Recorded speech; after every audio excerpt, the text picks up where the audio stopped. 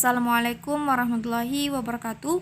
Perkenalkan, nama saya Nurul Widya Mulia, Prodi Pendidikan Sosiologi Angkatan 2019 kelas B. Baik, di sini saya akan menjelaskan mengenai analisis data, frekuensi, deskripsi, korelasi berganda, dan regresi berganda. Adapun data yang saya analisis yaitu mengenai pengaruh antara kurangnya lapangan pekerjaan, pengangguran, dan kesejahteraan ekonomi rendah terhadap tingkat kriminalitas. Nah, yang pertama yaitu frekuensi dan deskripsi. Adapun variable view pada X1 dengan label kurangnya lapangan kerja, Allegheny Center Measure Scale.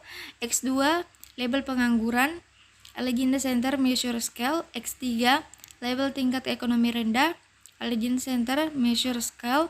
Dan Y dengan label tingginya kriminalitas, Allegheny Center dan Measure Scale.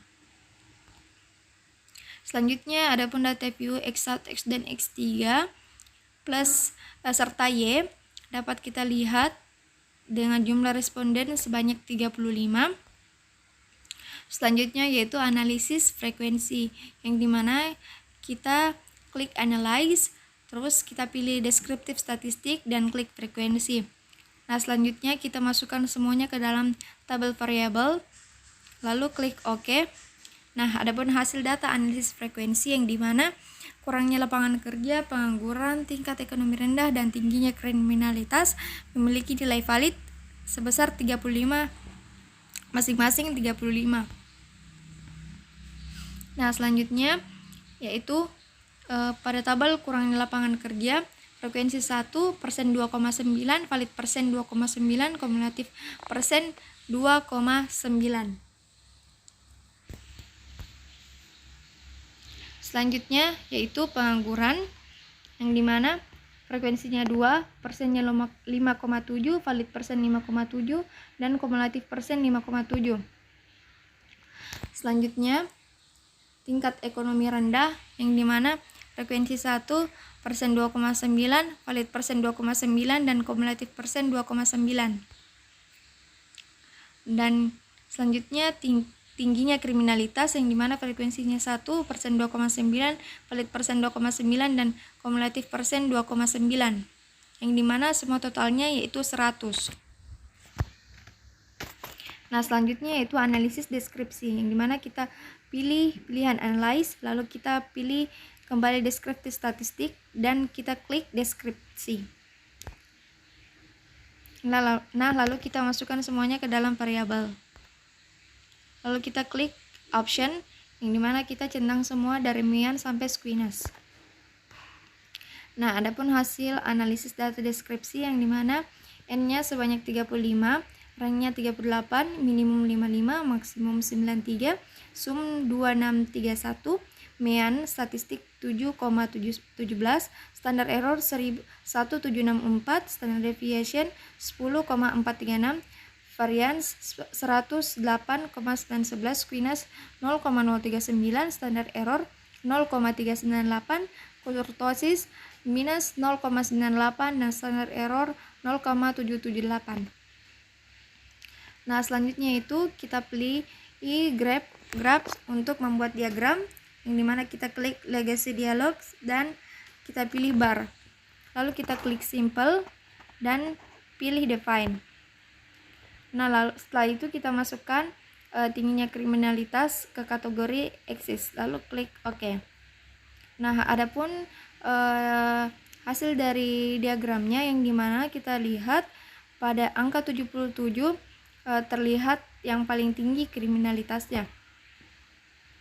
Selanjutnya pada diagram yang kedua yaitu diagram diagram bulat atau pie, yang dimana kita klik kembali graph, lalu kita pilih legacy dialog, terus kita klik pie, lalu kita pilih summers for group of case, lalu kita klik define, lalu kita masukkan pengangguran ke dalam kolom define slice, lalu kita klik OK. Nah, adapun hasil dari diagram bulat, yang dimana terlihat pada angka 87 yang paling banyak penganggurannya. Selanjutnya uji normalitas. Kita klik analyze, lalu kita pilih regression dan klik linear. Nah, lalu masukkan variabel Y ke dependen dan variabel independen kita masukkan variabel X mulai dari X1, X2 dan X3. Lalu kita klik save. Setelah itu kita klik di bagian residual, lalu kita pilih unstandardized, lalu kita continue. Nah, inilah hasil residualnya. Selanjutnya kita klik kembali lagi analyze, lalu kita klik non-parametric test, lalu pilih legacy dialog dan one sample KS. Lalu kita masukkan unstandardized ke test variable. Lalu kita klik OK. Nah, adapun one sample column graph Smirnov testnya seperti ini, dapat kita lihat nilai signifikannya sebesar 0,200. Dasar pengambilan keputusan, jika nilai signifikan lebih dari 0,05, maka nilai residual berdistribusi normal. Sedangkan jika nilai signifikan kurang dari 0,05, maka nilai residual tidak berdistribusi normal.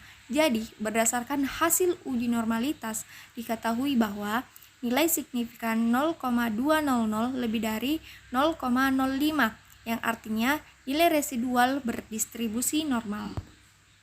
Selanjutnya yaitu kita beralih ke korelasi berganda. Nah, dapat kita lihat di sini pedoman derajat hubungan, koefisien korelasi, dan dasar pengambilan keputusan.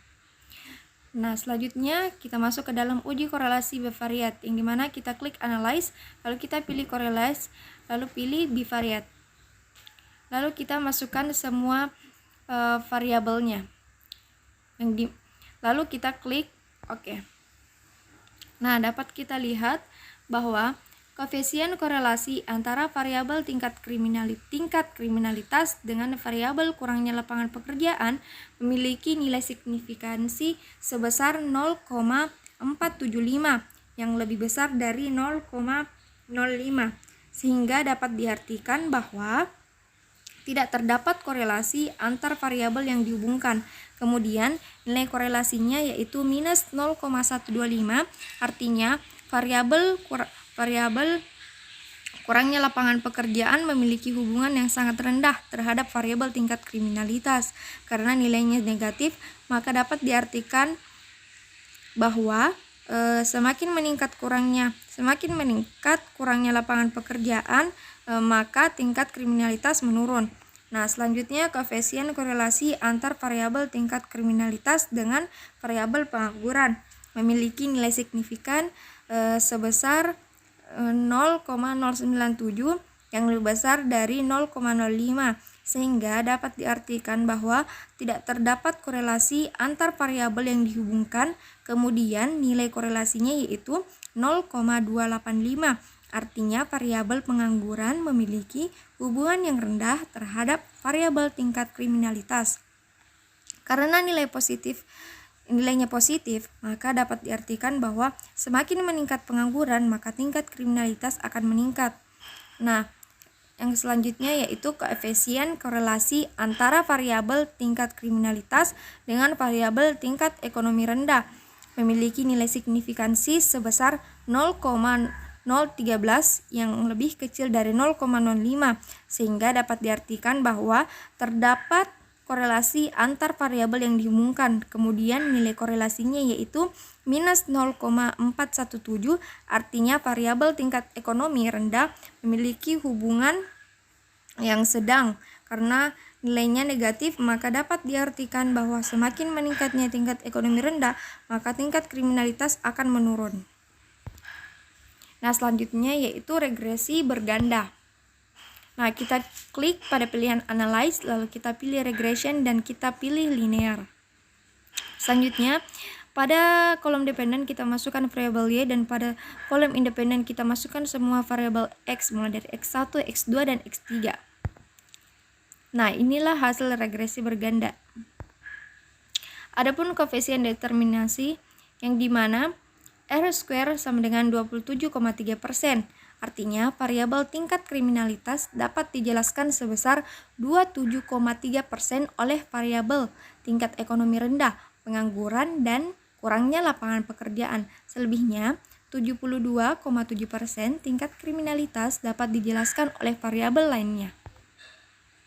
Uji pengaruh signifikan secara bersama-sama. Dapat kita lihat bahwa signifikansi dikurang probabilitas sama dengan 0,000 kurang dari alfa sama dengan 0,05. H0 ditolak, H1 diterima. Artinya, ada satu atau lebih variabel bebas berpengaruh signifikan terhadap variabel tak bebas. Artinya, ada pengaruh bersama secara signifikan antara variabel bebas dan variabel tak bebas. Uji signifikan masing-masing variabel bebas. Yang dimana persamaan regresi Y 93,306 minus 0,105 positif 0,254 dan minus 0,418. Uji signifikansi masing-masing variabel bebas. Yang pertama X1 pengangguran, koefisien beta 1 sama dengan minus 0,015. Signifikansi dikurang probabilitas sama dengan 0,487 lebih dari alfa sama dengan 0,05. HO diterima atau tidak signifikan. Artinya terdapat hubungan negatif minus 0,105 namun tidak signifikan antara pengangguran dengan tingkat kriminalitas, di mana jika pengangguran bertambah satu satuan maka tingkat kriminalitas akan menurun sebesar 0,105 satuan.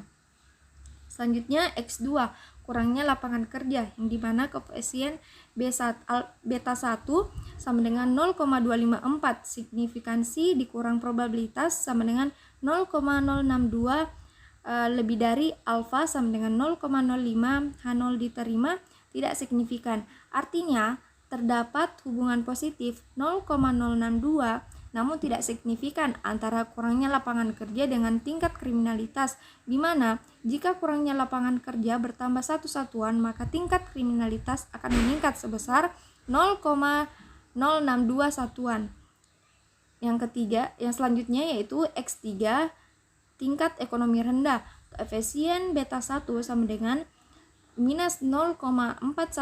Signifikansi dikurang probabilitas sama dengan minus 0,418 lebih dari alfa sama dengan 0,08. H0 diterima, tidak signifikan. Artinya terdapat hubungan negatif minus 0,010 namun tidak signifikan antara tingkat ekonomi rendah dengan tingkat kriminalitas, di mana jika kondisi ekonomi keluarga bertambah satu satuan, maka tingkat kriminalitas akan menurun sebesar 0,010 satuan. Nah, di antara tiga variabel bebas tersebut, mana yang paling besar kontribusinya terhadap tingkat kriminalitas? Nah, jawabannya yaitu variabel yang paling besar kontribusinya adalah pengangguran. Seperti itu. Kurang dan lebihnya mohon dimaafkan. Wassalamualaikum warahmatullahi wabarakatuh.